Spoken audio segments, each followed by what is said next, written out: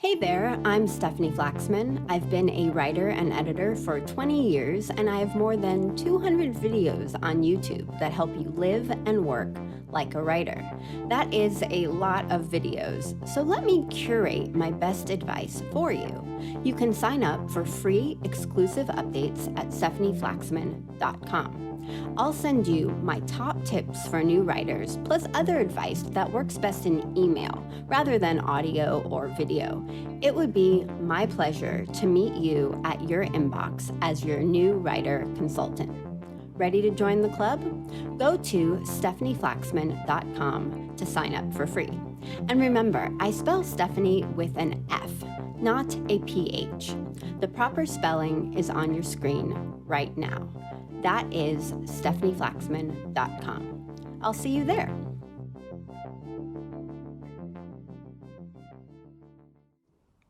Happy Friday if you are listening in real time. And if you are not listening in real time, but you would like to, just subscribe to the channel and hit the notification bell so that you get a little note every time I publish a new episode every weekday.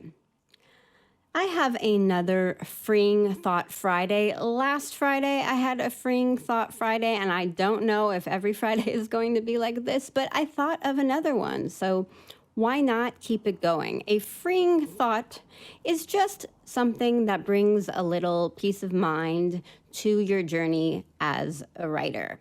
And the main idea for today is that a blog article is not a book. And I just have several do's and don'ts when you are thinking about starting a blog to build your writing portfolio. So the first thing to think about is that when you know why you want to write and who you're writing for, start writing your blog posts as soon as possible. You don't want to delay the process of just writing because you are never going to learn everything that you need to know about writing and blogging before you actually start. You learn the most important lessons about writing online in particular, blogging, writing content when you're actually doing it. So you really just have to jump in and write that first article. And it's never going to be as good as it can be. So you can forget about that. Take a deep breath. Just know that it is not going to be the perfect thing that you're picturing in your head.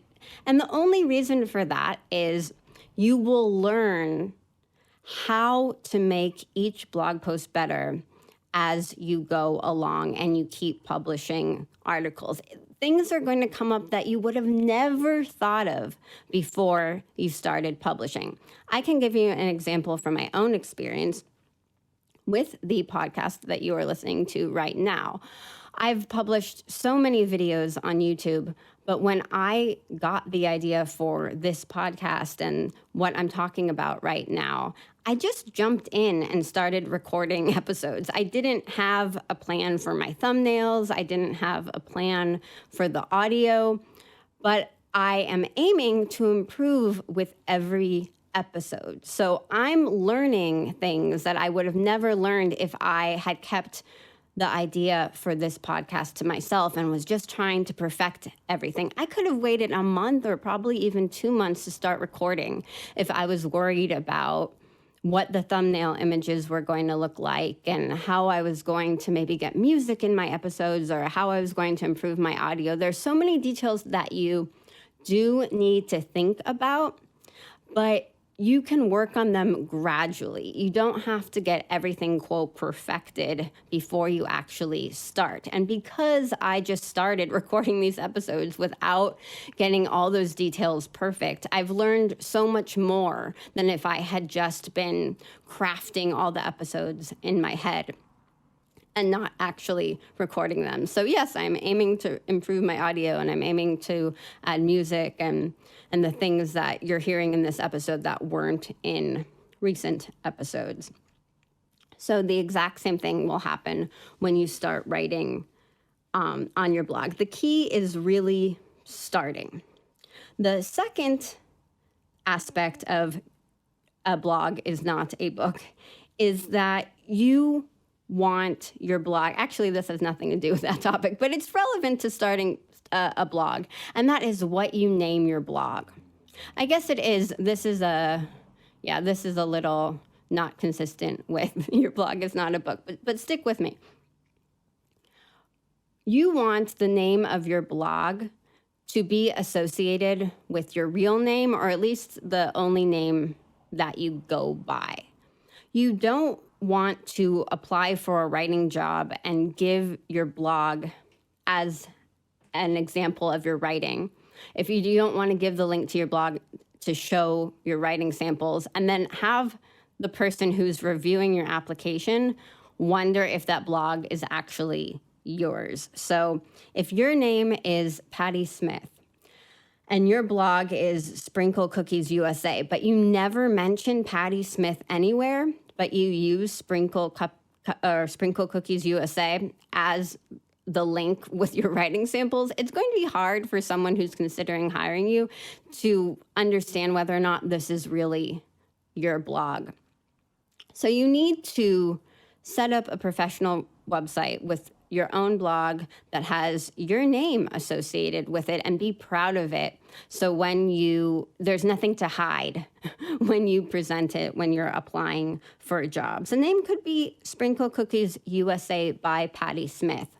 But whatever you're doing for your blog writing, even though in the early days you're going to be experimenting, like I just said, you're going to be working out the details and improving with every article, it still needs to be a professional production from the start. The quality will improve and you'll show your best samples when you're applying for certain jobs.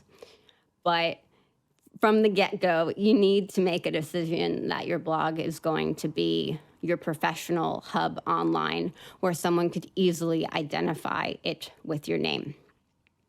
And now the third do and don't of today's episode is that a blog article does not need to cover the same depth that a chapter in a book needs to cover.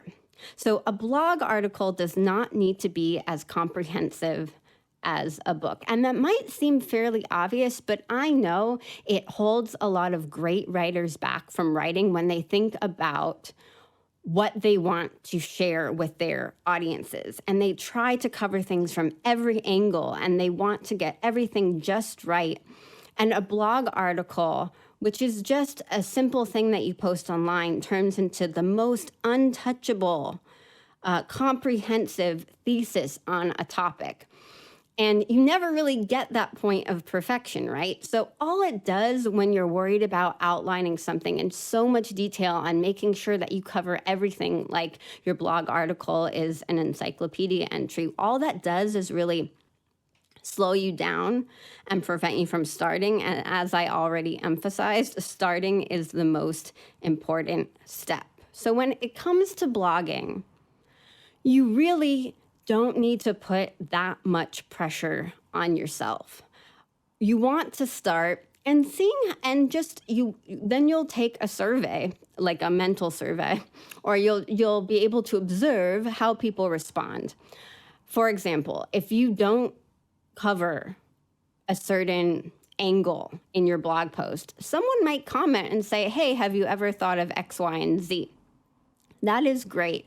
Blogging is the original social media, which I am stealing from my friend and former colleague, Sonia Simone. Blogs were the original social media where people could post and comment. And what's great about a blog from other social media today is that it is your home online. You control what is there and what is not there. So you could keep it very civil, you could keep it very productive and positive and focused on building a community around the topic that you are writing about.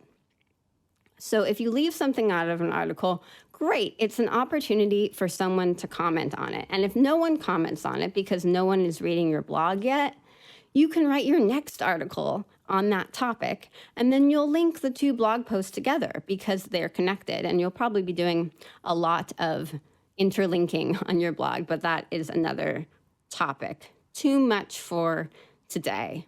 But all I'm saying is starting is the most important step once you know why you want to write and who you're writing for. And don't get bogged down with worrying that you have to do the most comprehensive project from the get-go. You will learn so much, and hopefully you will have fun along the way.